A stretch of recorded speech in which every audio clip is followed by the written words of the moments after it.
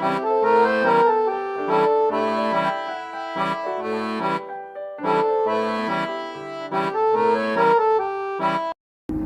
में से बहुत से लोग ऐसे हैं कि जो अभी अभी रियलाइज़ हुए हैं, कुछ लोग ऐसे हैं जो थोड़े दिन पहले रियलाइज़ हुए हैं, और कुछ लोग ऐसे हैं जो बहुत पुराने रियलाइज़ हुए हैं, जो कि इस चीज़ को समझ गए हैं कि अपनी चेतना क्या है, वो किस तरह से कार्यप्रवण होती है, किस तरह से कार्य करती है, और किस तरह से हम उसको अपनाते जाते हैं। इस तरह से यहाँ 3 तरह के लोग होने के कारण मैं कुछ बातें फिर से दोहरानी पड़ेंगी और बताऊंगी, जिससे आप लोग समझ पाएंगे कि रियलाइजेशन का अर्थ क्या है, फिर रियलाइज्ड आदमी में क्या विशेषता होती है। पिछले मर्तबा भी मैंने बहुत सी बातें बताई हैं कि रियलाइज्ड आदमी की क्या विशेषता है, और आगे इसको किस तरह से हमें रियलाइज्ड स्टेट में हमें कैसे रहना चाहिए, इस तरह से 3 इस पर मैं बताऊंगी। इतना ज़रूर होना चाहिए कि इस वक्त आपने जो पढ़ा लिखा है, जहाँ पर भी जो कुछ भी पढ़ा हुआ है, उसको अभी भूल जाइए।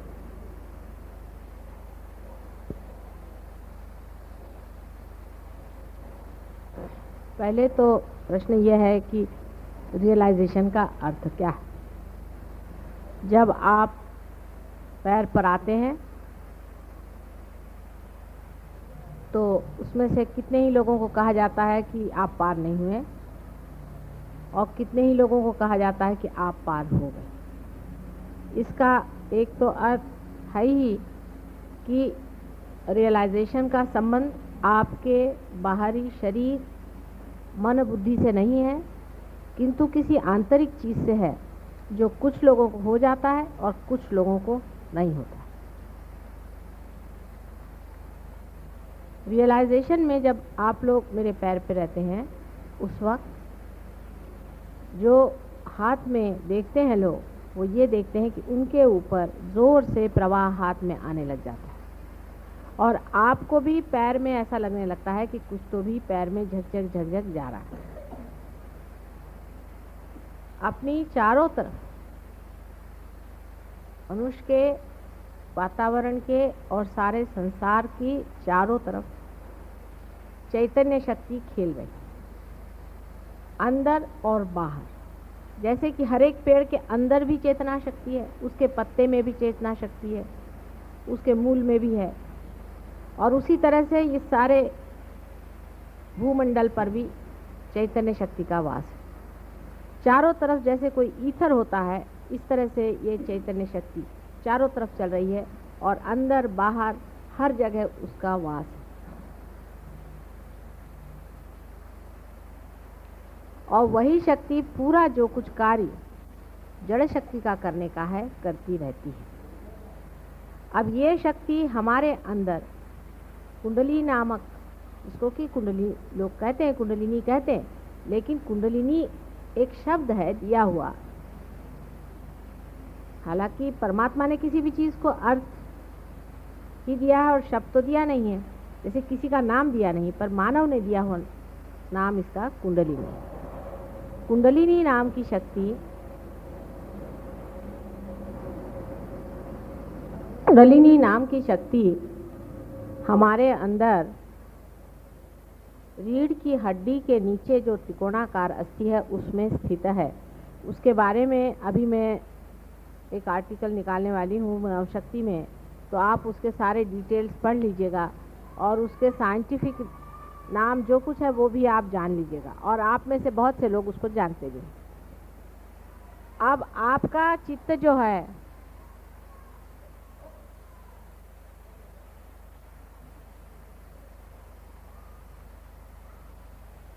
आपका जो चित्त है, जब आप साधारण मानव रहते हैं तो शरीर, बुद्धि और मन तीनों में रहता है, और आप खोजते रहते हैं उस चीज़ को जिससे आप आनंद पाए। जब आप उस चैतन्य शक्ति से एकाकार होते हैं, कुंडलिनी के जागृति से सहस्त्रार पे आपका चित्त आकर के उससे एकाकार होता है, तब आपका चित्त जो है अपनी कुंडलिनी पर जाता है, और अपनी कुंडलिनी पे जाते ही आपका दूसरों के भी कुंडलिनी पे जाता है।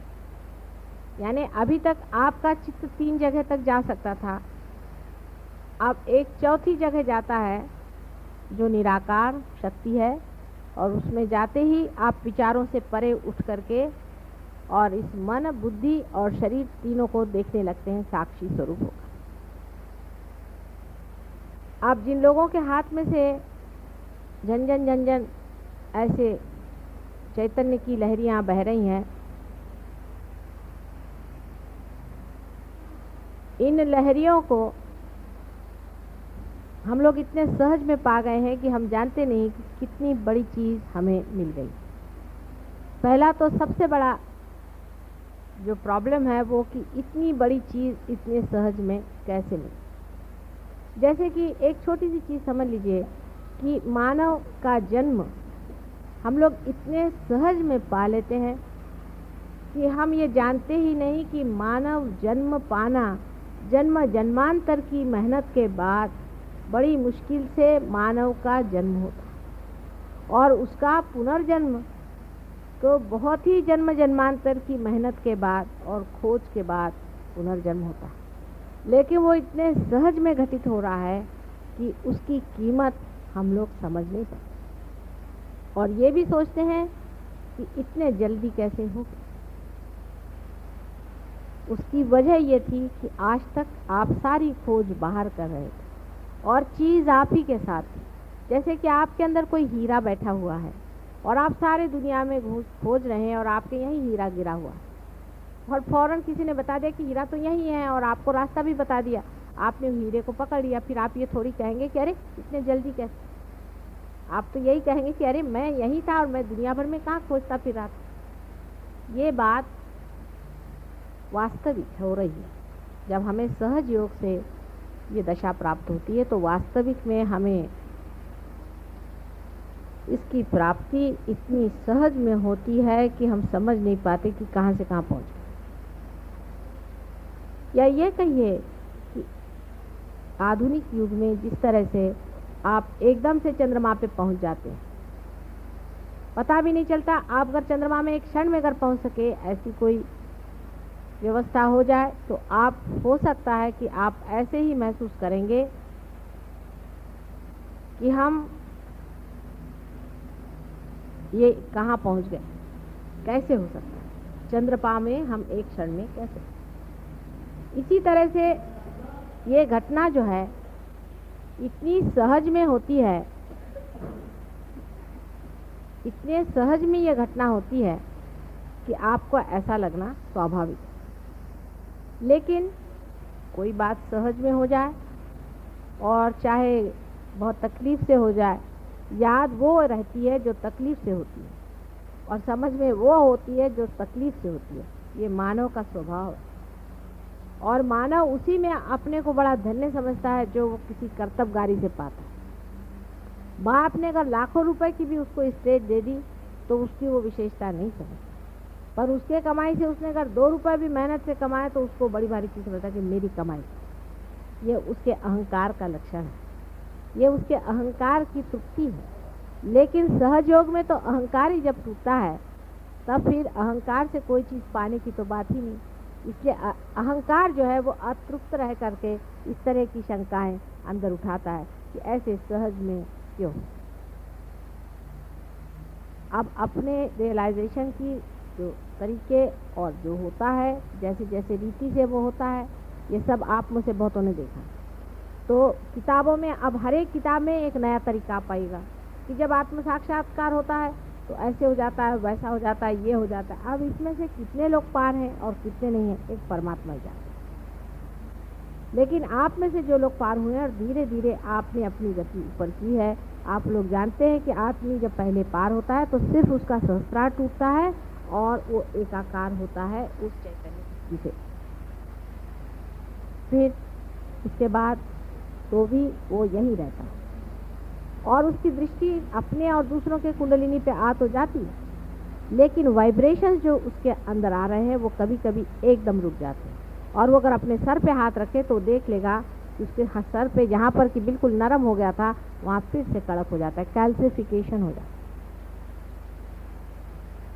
तुमचं झालं ना, कालच पार झालं होतं, अभी आप कल ही पार हुए थे और आपका कैल्सिफिकेशन। उसकी वजह क्या है? उसकी वजह यह है कि हमारे अंदर जो ईगो और सुपर ईगो है वो हट जरूर जाते हैं, हमारा चित्त बीचों बीच जरूर आ जाता है, लेकिन वो फिर से ग्रो करके और एक हो जाता है।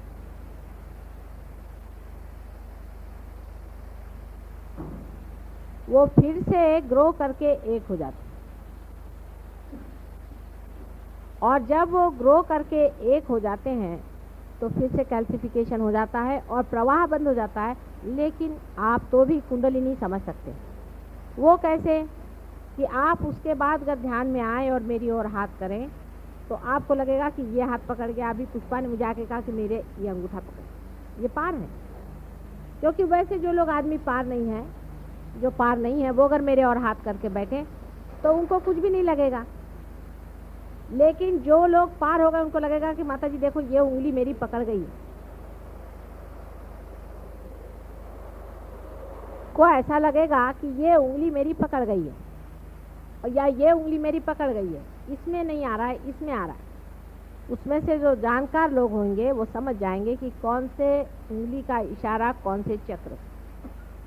अब ये कोई कपोल कल्पित नहीं है, दिमागी जमाखर्च से इस बात का पता नहीं लगा। मैंने तो बताया नहीं, क्योंकि मैं अगर इसको बताती तो सब लोग ये कहते कि माता जी यूं ही उड़ा रहे हैं। मैंने कहा तुम ही देखो। तो जब उन्होंने ऐसे हाथ रखा और जब उनकी ये उंगली जलने लग गई तो मैंने कहा कि अच्छा इनके नाभि चक्र पे तुम हाथ रख के देखो, तो नाभि चक्र चल रहा है। अपने अंदर आंख बंद करके देखो तुम्हारा कौन सा चक्र चल रहा है, तो नाभि चक्र चल रहा है। और जब हाथ तुमने उनके ओर किया तो कौन सी उंगली चल रही? ये उंगली चल रही। इसका मतलब ये उंगली नाभि चक्र का साक्षात, और सबकी यही उंगली पकड़ी जाएगी उस आदमी। तो निर्विवाद ये बात है कि इस पर किताब चाहे कुछ भी लिखे, जिस तरह से जो होता है वैसा ही होता है। अभी कल ज्ञानेश्वर जी को लेकर के एक साहब मुझसे भिड़ रहे थे बहुत ज़्यादा। ज्ञानेश्वर जी आज होते तो उनसे हम ही बात कर लेते। वो भी खोज रहे थे तरीका किस तरह से बात समझाने का, लेकिन उनको बन नहीं पड़ा। बहुत छोटी उम्र में उनकी मृत्यु हो गई। ऐसे बहुत से लोगों की अपमृत्यु होने के कारण भी बहुत कुछ गलत फहमियाँ संसार में फैली, और उन्होंने किताब लिख दी। ये दूसरी गलती कर दी जिस वजह से मैं किताब लिखने से बहुत डरती हूँ। किताब लिखते ही साथ लोग उसको रटना शुरू कर देंगे और उससे भी लोगों पर कंडीशनिंग हो जाए। तो अब इसमें क्या होता है क्या नहीं होता है, वो बिल्कुल आपको ऐसा सोचना चाहिए कि हर मिनट हमें नया एक अनुभव है। ये नई चीज़ है, हम नए आदमी, नया ही है सब कुछ, नए से ही जानना है। हम नए होकर के बैठे, जैसे छोटा बच्चा बचपन से एक एक शब्द सुनता है और उसको रट लेता है, एक एक बात देखता है उसको समझ लेता है। इसी तरह से आप लोग जो इस नए लोक में, इस दिव्य लोक में जो आए हुए हैं, तो उसकी दिव्यता को समझना से इसकी दृष्टि और होनी चाहिए। यह बड़ी विशेषता है कि इसका नाम दिव्य लोक रखा है। मैं जाती थी तो इसका नाम पढ़ के मुझे बड़ा लगता था कि किसी बड़े सोचने वाले आदमी ने नाम रखा हुआ, कितना सुंदर नाम, दिव्य लोक। मुझे क्या पता था कि परमात्मा सारी व्यवस्था यहीं कर देंगे और भाटिया साहब इतनी मेहरबानी कर देंगे हमारे ऊपर। बहुत ही सुंदर जगह है। तो जिस दिव्य लोक में आप उतरे हुए हैं उसकी दिव्यता को जानने के लिए आपको सोच लेना चाहिए कि ये सब नवीन है, नावीन्यपूर्ण है। इसमें सारा ही नवीन अनुभव है। कहीं लिखा हुआ घिसा पिटा जो दूसरों ने अनुभव किया है वो नहीं है, हमें जो अनुभव करने का वो है। इसलिए एकदम नया, नूतन, बालक जैसे होता है ऐसे आप एकदम नए स्वरूप में से उतरिए। पहली चीज जरूरी है कि आप इसमें नवीनतम बातों के और ध्यान दें। सब नवीन है। आज तक ऐसा कहीं भी अनुभव किसी ने किया नहीं। इतने जोरों में ये एक्सपेरिमेंट कभी भी सक्सेसफुल कभी भी संसार में नहीं हुआ, क्योंकि मैं भी इस संसार में बहुत बार आ चुकी हूँ और इस कार्य को करने का मैंने बहुत बार प्रयत्न किया। पहली मर्तबा इस जन्म में ये कार्य सफलीभूत हुआ। इसलिए सब में थोड़ा थोड़ा अधूरापन जो रह गया है उसको आपको पूरा करना है।